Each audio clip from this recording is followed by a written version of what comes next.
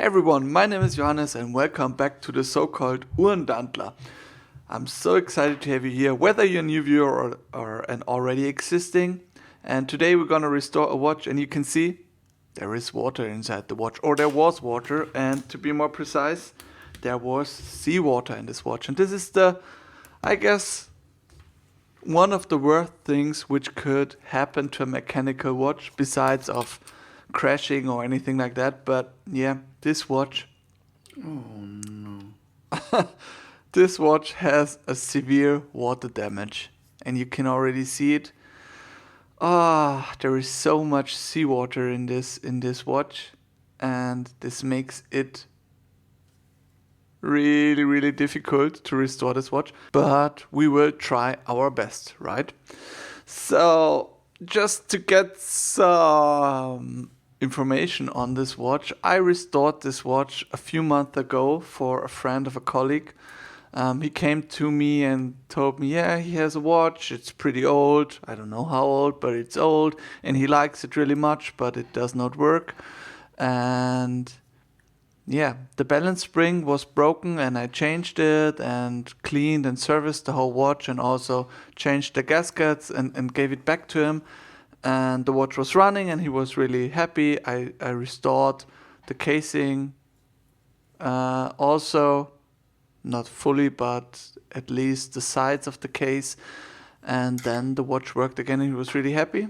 And then he went into holidays and he decided to go with his mechanical watch swimming in the sea.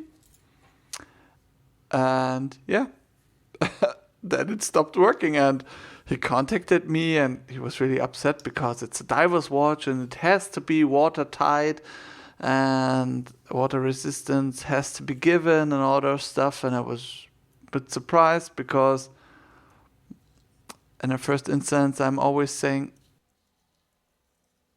oh gosh, look at this watch. The date wheel and the day wheel, and also the back of the dial. Oh, shush. Yeah, this does not look good. I don't think that these two wheels can be saved. First, we have to remove this little spring, holding spring here, to get the day wheel off. I've worked on this kind of movement quite a few times in the past, and oh, look at this.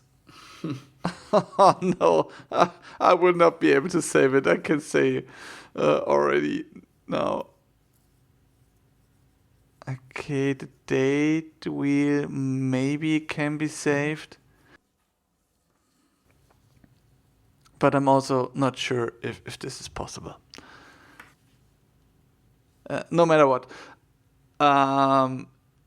he went swimming in the sea with this watch, and then it stopped working. And yeah, I was a bit like, okay, I'm sorry, but watches I'm servicing, I can't guarantee water resistance. I don't have the tools for this, and in my opinion, it's also a bit difficult. And I don't know if it's just me, but I would never go swimming with a mechanical watch. I know there are divers watches, and I have a diver watch by myself. I really like it, but I would never wear it into water. But it doesn't change. It has to be watertight, and this watch also, in general, should be watertight, but it was not. So I got the watch, and now we're here, and now we're trying to restore it. If you could say I made myself a bit of an extra work, but now we're gonna try to remove the balance. But you can see the balance wheel will not move, and so I'm trying to give it a slight touch. And now it's moving. So maybe we can get it out now. But I already have the feeling that they broke something on the belt. Yeah. You can see the whole roller of the balance movement. It's the lower part. It's this one which is still in there. It broke off. And now I can also remove this one. Oh man. So okay, we have our first part which we cannot rescue, and this is the balance. Also the balance spring looks pretty rusted. I don't think it will be savable. The balance bridge and the pallet fork, yeah, they are looking okay. I don't know if I can save them, but we will see. So now we're getting back off the main bridge of this watch. This watch has not a mainspring barrel bridge and a drive wheel bridge. It just has one bridge. By the way, this movement is called a Miyota 8200. And therein there are several numbers, but they are all pretty much the same except small differences. And yeah, oh man. I'm testing my way down there. At least the intermediate wheel for the ratchet wheel is, or both are coming loose. And also the sliding clutch. Yeah, I think first, before we start working, we have to remove the rust. I have this cleaning solution here, and I'm just leaving the whole movement in there for a day. Giving it a slight brush. Maybe there are also coming some wheels loose by using this. And yeah, as you can see there, the first wheel is coming loose. And yeah, also the ratchet wheel and the mainspring barrel feels loose too. But these are the only wheels I got loose in the first few minutes, and 24 hours later I was able to remove all wheels, and these are the wheels I can't rescue. You see, they are heavily corroded and they're bent or broken and all those stuff, and I have to replace them. This is for sure. Now we're moving on the dial side, the keyless features. They look good, to be honest. I mean, there is also rust on there, but it's not too heavy. And this is my little box from Miyota 8200, and I have quite a few spare parts in here because I worked on that movement, yeah, some time ago. And here you can see how rusted the wheels are, and you can also see there are some teeth broken. And yeah, I think, for example, this 3 wheels I will change. I mean, I have better ones here, so I think this wheel I would be able to save it. I'm not sure. Maybe we have a look, and if it's okay, we'll reuse it. And in this case, I would say these parts are the savable parts, and on the left side here, these are parts which I will use from the donor movement. Also, the day wheel and the date wheel are white and not black, but I think, yeah, better than a not running watch, right? Now we're gonna give the parts which I have decided to rescue or to save a brush, also with a fiberglass brush. This will remove the rust better, but it will also remove, for example, the letters on the rotor. But yeah, in this case we have to make some compromises to get the watch running again. And overall, this cleaning process took me, I don't know, 10 hours. And as you can see, there are some wheels like this one. After the cleaning, they really look good, and I think it was worth the cleaning. Now we're gonna remove the mainspring from the mainspring barrel. And this one, in most cases, when you have a water damage, the mainspring is still good because the water mostly does not get into the mainspring barrel. And we're gonna wind it by hand out of the barrel, the mainspring. And yeah, you see, this one looks good. And after having everything into pieces, we're gonna use the rust remover. This rust remover is mostly used for cars. I don't have anything I don't have another cleaner here, so I thought to myself, let's give it a try by using this one. And this rust remover has also the property that it will not only remove the rust, it will also stop it from spreading. And this is the most important thing to me, to be honest. And I will also leave it in for a few hours in this rust remover.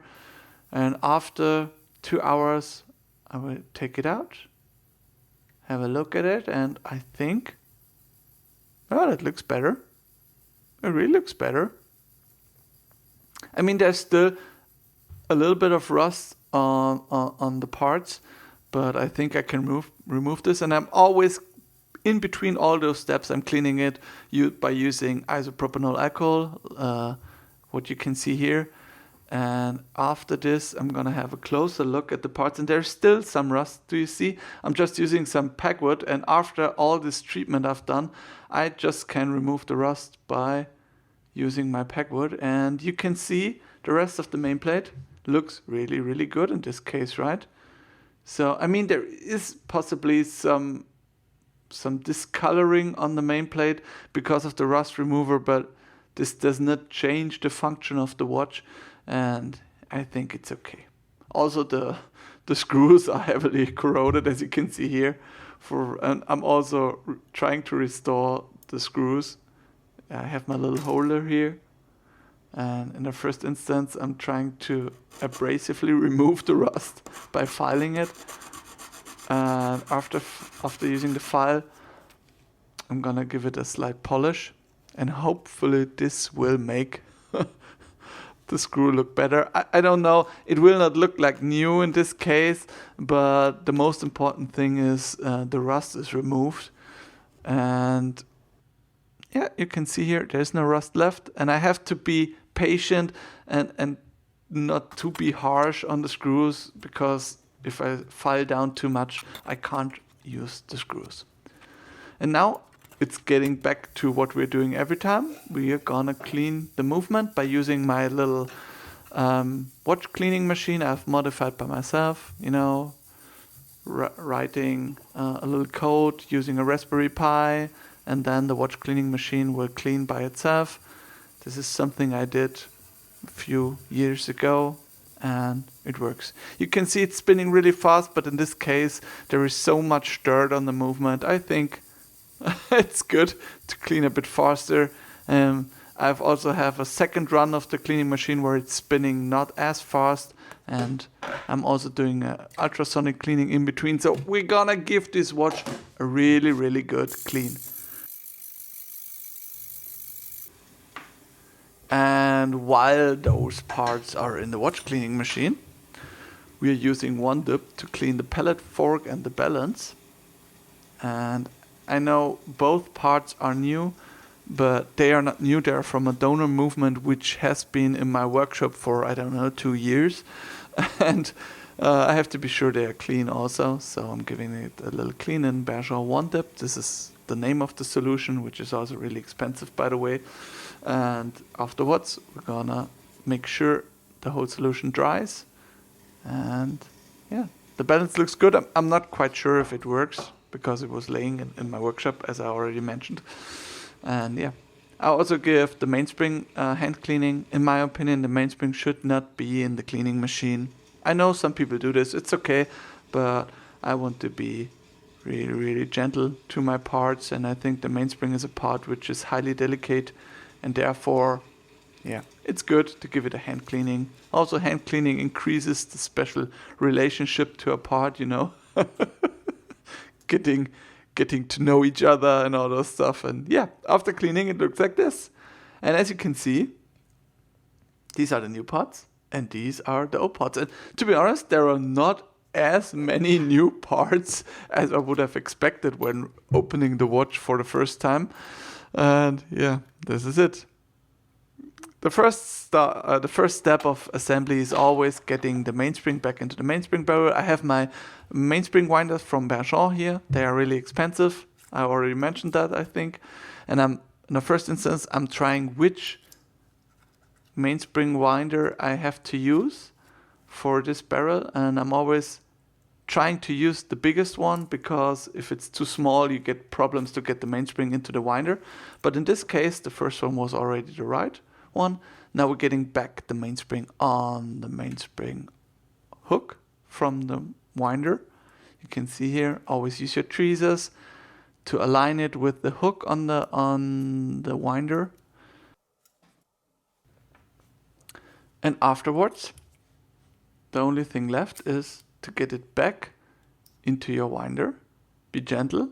And trust me, if you're doing this for the first time, it's not as easy as it looks.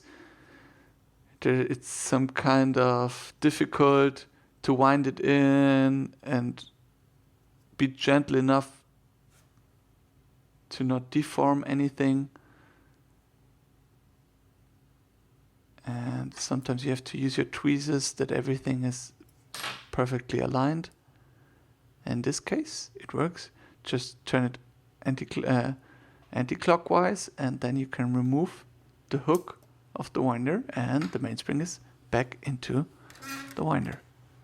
And before setting it into the barrel now, we have to use some grease on the side of the mainspring barrel, because this is an automatic watch. Automatic means that it will wind itself by wearing, and therefore there is no stop in winding, and the mainspring has to slide if it's fully winded. And this grease is responsible for the right amount of friction on these walls. Also, the middle is oiled by HP 1300 in this case. And now we're getting it back in. This is a nice sound, right? I really like it. Okay, now we're using some grease for the mainspring itself. It's also Möbius. You can pause the video if you want to know exactly what grease it is. By the way, if you have any questions what I'm using, just let me know in the comments. I'm always trying to answer the comments. I think you guys already saw it. And now we're getting back the mainspring arbor. Always make sure it is aligned with the mainspring. Also a satisfying click. Oil the top of the mainspring arbor where it aligns with the lid. And placing the lid back on the mainspring barrel.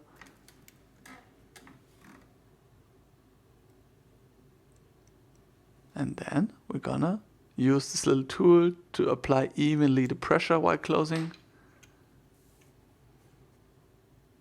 And you can hear a click if it was successful. Sometimes you don't hear it and you've been successful. No matter what. Before starting the real assembly of the watch, we're gonna treat some parts special, like the pallet fork and the escape wheel. We're gonna epilamize the whole part. Epilamizing means that the surfaces where epilam is on will not be able to spread the oil as good as normal surfaces. And I'm cleaning the pivots of the escape wheel and the pallet fork here. You can see them. You can see me cleaning them. And so there is no epilam on these surfaces. Also Lubetta for the reversing wheel. But it's as simple. The epilam process is pretty simple. You know, the parts are now epilamized and we're putting it back into the watches with epilam on it. Then we're letting the watch run dry for a few minutes. So the epilam will remove on the surfaces where contact is, and these surfaces will get oiled later. And this is simply the whole epilamizing process.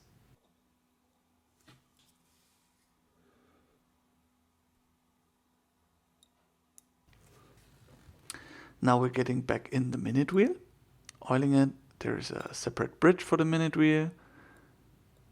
And you can see the main plate looks pretty clean. There's some kind of slight discoloring, but it's not bad, to be honest.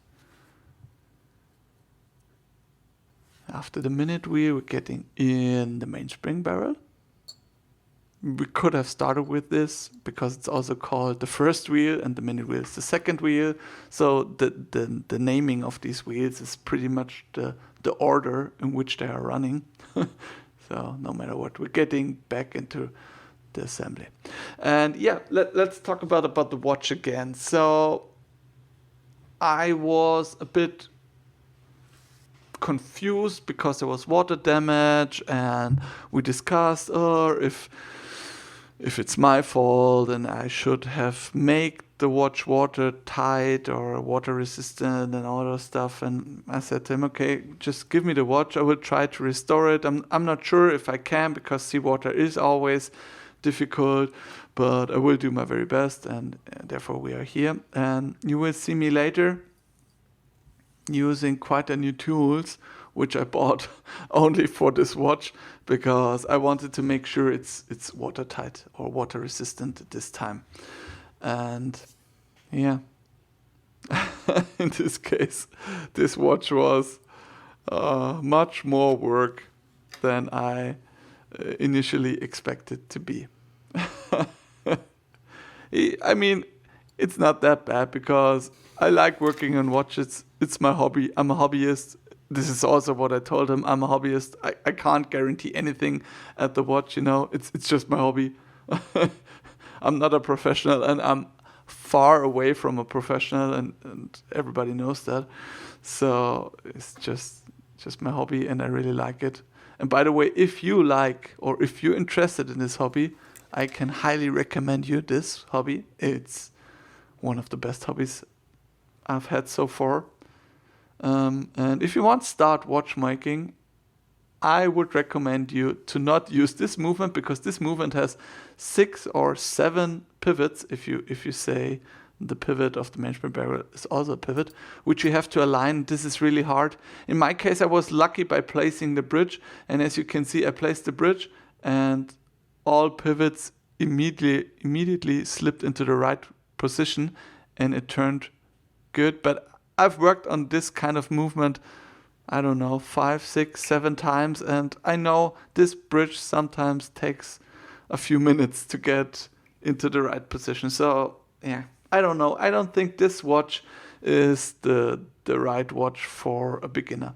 But no matter what, after placing the bridge, we are oiling the pivots. I'm always doing it in this order because when I'm oiling the pivots while there is no pellet fork, everything can turn freely and oil will distribute evenly and better, in my opinion. So now everything is oiled, and we're gonna place the pellet fork, which is also a really delicate part. You have to be so gentle and so highly cautious to not break anything. Just tighten it down really slowly and always make sure everything is in its correct position. And before getting back with the balance, we are installing the winding stem and the keyless features of this watch, because it's easier to wind the watch, and if we install the balance, we want the watch to be wound. And here you can see the winding stem. It was also highly corroded, and it's a bit black right now. This is because of the rust remover discolored the winding stem, but I think it works, and you can't see it, and it works really good. This is the most important thing. You know, when restoring this watch, the most important thing about the watch is it's working again, and it's working hopefully a long time. And this is all I've been looking here. And if the parts have no damage, it's just a bit discoloring, I think we can reuse them. It's more sustainable in terms of mechanical watches, which should run for many years, right? No matter what, you can see the keyless features does not have too much springs at this watch, and I really like it. It's really well thought and well made. Sometimes those Miyota and Citizen movements remind me a little bit of Seikos, and I really like Seikos. They are different than Swiss movements, but this does not mean they are worse or bad, and therefore I really like them. So, just getting back, the keyless working and always using a bit of oil, and now we're testing if the crown positions work properly. We have 3 different watch crown positions. 1, 2, and the 0 position. So these are 3 positions, and they're working good. Everything is spinning freely. This is exactly as it should be. And now this is the moment of truth. We're getting back the balance into the watch, and we will see if it will start running. No, Maybe. Yeah. Nice. Wow. I was not expecting to get this watch back into running, to be honest. I was not sure if I would make a video out of this watch, to be completely honest to you, because when I first opened it, I was like, okay, maybe this watch is not working. And we are simply buying a new movement, and you have to keep in mind those Miyota movements, they are cheap. It would be much cheaper to just install a new movement, but I wanted to give myself a bit of a challenge and restore it. And now we're oiling the cap jewel of the balance, and we're also doing this on the back side of the balance. And yeah, as you can see, it works. We are oiling the cap jewel. It's clean. We're using Möbius 9010.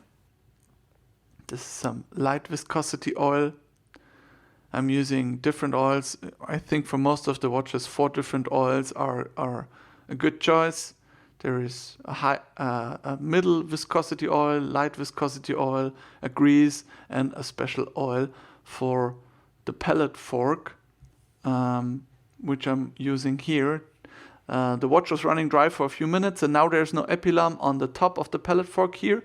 And here I'm placing a little bit of oil, and this oil will ensure that there is not too much friction between the pellet fork and the escape wheel, which is a really friction-driven point of watches, and therefore it should be treated this way. So now we're gonna have a look at the first results. I did not regulate anything. It's just oiled, and nothing was changed to the pictures you've seen so far. And wow. This looks good. We can work with that, right? So now I'm really happy, and I can do all the stuff on the dial side, like the canyon pinion. It's simply pressed on, and always using oil for all the pivots and wheels. In most cases here I'm using Möbius HP 1300. There's a transmission wheel between the cannon pinion and the hour wheel, and also between also a transmission wheel for time setting. It has 2 functions in it, and yeah, so I'm pretty happy. This worked out better than I was expecting, because so much rust. I don't think I had a watch in that bad of a condition. I mean, there was once Omega. You can also find a video for this one. It's one of my previous videos without talking. By the way, you just can let me know if you like my kind of commentary, or if you think it's too much, or if you think my English is bad or anything like that. Just let me know. I'm always open to any comments you make. You know, I'm not perfect, and therefore I'm always really thankful if you guys tell me what you think. Also, there were quite a few discussions under the latest video about the Heuer chronometer, if it is really the first chronometer or anything like that. Just, I always like those kind of discussions, so it's great, right? So this one is the hour wheel, and the funny thing about this watch, the Miyota movement has some plastic transmission wheels and also a plastic date wheel here, and these are the wheels which survived the water damage the best. This does not mean that I think watch movements should be made out of plastic, but in this case, it's funny, right? So now we place the date wheel, getting back the cover for the dial side. And then we are almost finished with the movement. And I must say, the white date wheel also fits really good. You will see it later. I think it will really fit good to the black dial. The quick set is working, and also the time setting is working really smooth. This is the right point where you should test those things. Yeah, date is also jumping. That's great. I really like it. So now we're gonna get back this wheel. This little plastic wheel is for changing the day, or for the day change when 24 hours passed, not for the quick change. And now we're getting back the white day wheel.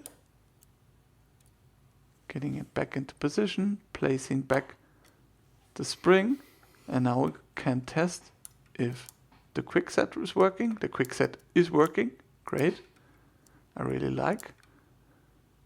Now we can test if it will jump when we're setting the time. First, the day is changing, and afterwards, the date is changing, and afterwards the day is jumping twice. So, and now we're getting to a point where it's getting really delicious, because not only the movement has a water damage, also the dial has some kind of a water damage. I don't know if you would say it's damage, but there is some salt and seawater on it. And I'm just using a Q-tip and a little bit of water and time and just cleaning it really properly. And yeah, I think this looks good. Does not look too bad at all. I mean, it's not new, but I think if we clean it properly, you can reuse it. And this is the most important thing. You can see, the more I'm cleaning it, the better it looks. And then,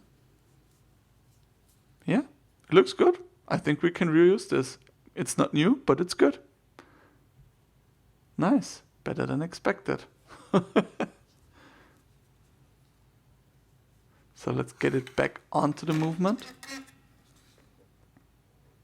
It's a bit different because the crown is not at the same position where the day and date is. It's a bit strange.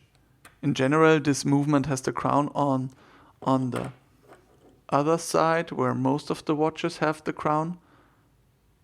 This is something special. I don't know too many watches. Yeah. Now we're also giving the hands a little bit of a cleaning. Not too much, because the loom has luckily no water damage, so we don't have to reloom it. Also the second hand. And the second hand has some kind of a problem. There is a little bit of rust at the middle, and I think we can remove that by using some kind of polish. I don't know if you can see it, but if the light is from the right angle, you can see some kind of red light reflection or anything like that, and this is because of rust. And I'm just polishing it down, and yeah, it's getting better with every polish. Now we're setting the time, so the date changes, and when the date changes, we are gonna place the hands at the 12 o'clock position. So you can be sure that the date changes at midnight, right? Just position it and pushing it down by using this hand setting machine. Always make sure it's in the right position and the hands are parallel to each other. And yeah, this is something which you have to learn. You have to be really, really cautious about. And I like it. And my little hack or tip, if you're placing the second hand, I'm always using Rodico, and just position it on the second pinion. And yeah, everything worked. This looks good.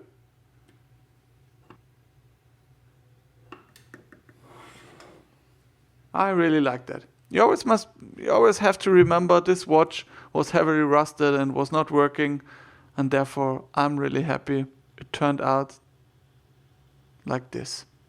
So now the water damage also was responsible that the bezel was not turning freely anymore, because the salt also was under the bezel, and the bezel inlay was also loose, and so I decided to use my tool for getting the watch case back off, to just position the case and using my clamp for the bezel, position it, and then you simply can turn the bezel, and then you will see here there's a gap between the bezel and the case, and on this gap I can use my knife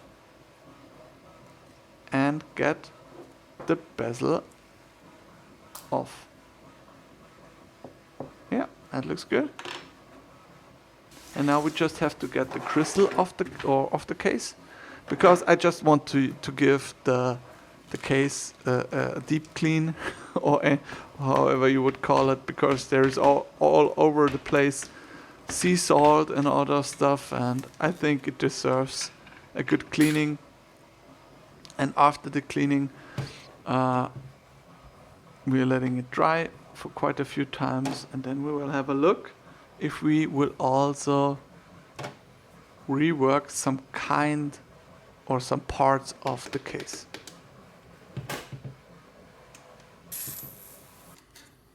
As you can see here, it looks good. There's a little bit of dirt in the edges, but it's not too much. I think it's okay. But you can see there are a few scratches on the locks of the case, and I think these scratches we can remove. I did not do it on the first time, but this time, you know, we want to make it totally new, running, and hopefully also water resistant.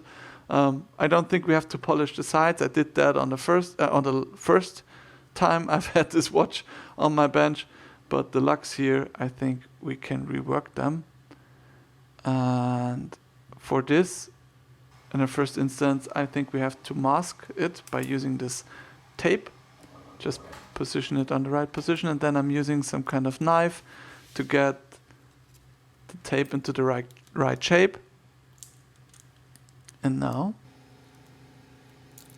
as you can see, the tape is positioned, and we can go to my Polirette, which is my polishing machine. And we have in there a little polishing disc, or it's more like an abrasive disc, because now I'm gonna destroy the pattern on the locks by abrasively treating them and removing the locks and dents and all those stuff. Not the locks, the dents and scratches. And afterwards, when the dents and the scratches are removed, I have this little device I 3D printed for myself. I'm gonna put the case back on and just clamp it on this device by using this little part, which I also 3D printed. And afterwards, the case is positioned on this holder, and I can put it into my polishing machine, and when it spins now, I can recreate the original circular pattern. You will see it now. You have to be a bit patient because it's really fast. You can see here. Just give it a slight touch, not too hard. A slight touch. And then afterwards it looks like this. There's a little bit of dirt. I'm sorry. Removing it. Give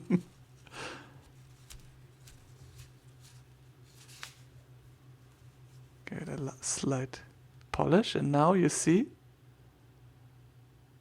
the locks. Oh, I think they look really good. Yeah, there are scratches in the middle of the case, but I did not remove them because the bezel is placed on top and you wouldn't see them.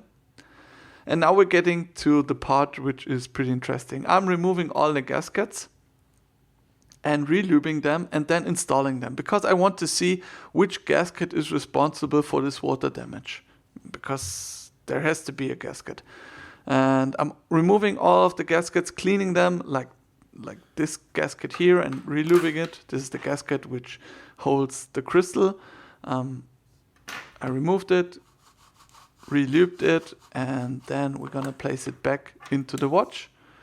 And I'm doing this for all the gaskets here, because I want to see if there are more than one gasket is responsible for this damage, or I don't know.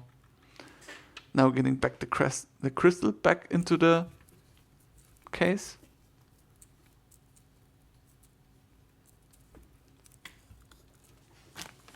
Always make sure it sits tight and flush on the case, but this looks good. I also replaced the crystal on the first service, and it's not an original crystal because original ones are not available anymore for this watch. At least not, I have not found them. And yeah, what we are doing now is we are positioning the bezel click spring, and on top of this is positioned the bezel. And if you're doing it right, this will go pretty easy. Yeah. I like those sounds. Now we're relooping the gasket, which is positioned at the winding stem. Getting this one back in is also sometimes a bit difficult, but yeah, using fingers and tweezers, and you will get it back in, right?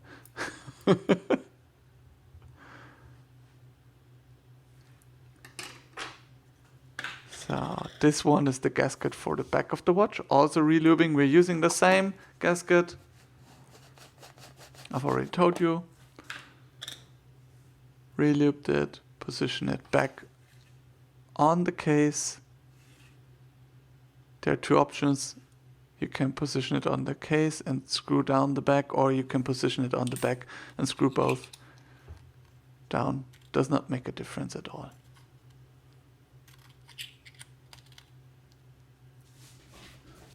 So, and then there is one last gasket left, and this one is in the crown. And as you can see, this is the one which is the dirtiest. So maybe the water got in at the crown. I cleaned it and relooped it. You see it, it's the same gasket, and just position it back into the crown. And now we're getting it back into the watch. And what we're doing now is we don't have the movement inside, and we're testing just the case if it is watertight. Therefore, we have to screw the case back down really tight. So watertight watches, the back has to be tightened down really carefully, so everything works properly. And now we have this little device. It's from Bergeron. It's not a leak controller, it's a leak finder. So you're just putting your case or your watch into this device, creating some kind of vacuum in the chamber. And if the vacuum is in there for a few minutes, you release the case into the water. And if the watch or the case is not water resistant, air is in the case, and it will get out of it if I release the vacuum. And you can see there was one bubble, but this one comes from under the bezel and no other bubble. And I was confused because this one looked water resistant to me. And so I went absolutely crazy and bought a new tool. Watchmaking is all about tools, right? And this one is a leak controller. And what this does is also creating a vacuum and measuring if the crystal has any deformation under vacuum. Because if the vacuum is outside of the case and the air inside the case is still under normal pressure, the crystal will deform and the watch is water resistant. So if it will deform into the positive scale, we have a watertight crystal. And as you can see here, it's deforming into the positive scale, so a watertight case. And we have a watertight case. So I'm a bit confused. So this case or this watch has to be watertight. So I don't know how this water damage occurred. I mean, it was not tested the first time I worked in it, but I'm not sure how it occurred. Maybe you in the comments have some ideas. Just let me know. You know exactly what I know up to this point. So maybe you have any ideas what happened. But in this case, I tested it, I think, 20 times, and it also in the Bergeron water chamber, and it was always watertight. So I think this watch is good to go, and it should also survive a proper dive. So yeah, now we got everything back into the case, and before getting it back into the case, you can see me here. I regulated the watch and it was running really well, quite in a few seconds, 1 to 2 seconds a day it's losing or gaining, and this is brilliant for a watch which was not running at all. You could not even think about a running watch when you've seen the first pictures, right? So now you can see the rotor, the letters or the words on the rotor, they are not really in a good condition. That's just because of the treatment and the cleaning I did with all the parts. So yeah, this is some kind of downside to a heavy cleaning which I did, but no matter what, the watch is working, and this is the most important thing, right? I'm just giving a little signature on the inside of the case back to make sure whoever works on this watch, and hopefully it's not me again, knows when the watch was serviced for the last time. So everything left now is get the bezel inlay in. I removed it in the process of taking apart the bezel. I have this special glue for the bezel. I hope this is good enough. I'm applying the glue all around the bezel and then simply positioning the inlay on the right position, press it down and wait for a few minutes. The good thing about this glue is if there is too much or excess glue, you just can simply wipe it away for the first minutes. It's getting hard after, I think, 15 minutes. So this is a really good method to get the inlay back into the bezel. And I also think the white day and date fits good to this watch. Oh, look at this watch. It really looks good. You could say it's a brand new watch, right? Yeah, I hope this watch will survive a bit longer than the last time. I mean, he also bought new straps for the watch, so I think he wants to wear it quite a long time, but we will see. So this is it for this video. I hope you all enjoyed the video, and I hope you enjoyed the process of restoration and also my commentary. If you do so, I would be really stoked if you give this video a thumbs up and write a comment. I want to thank you, and I hope we see you in the next video.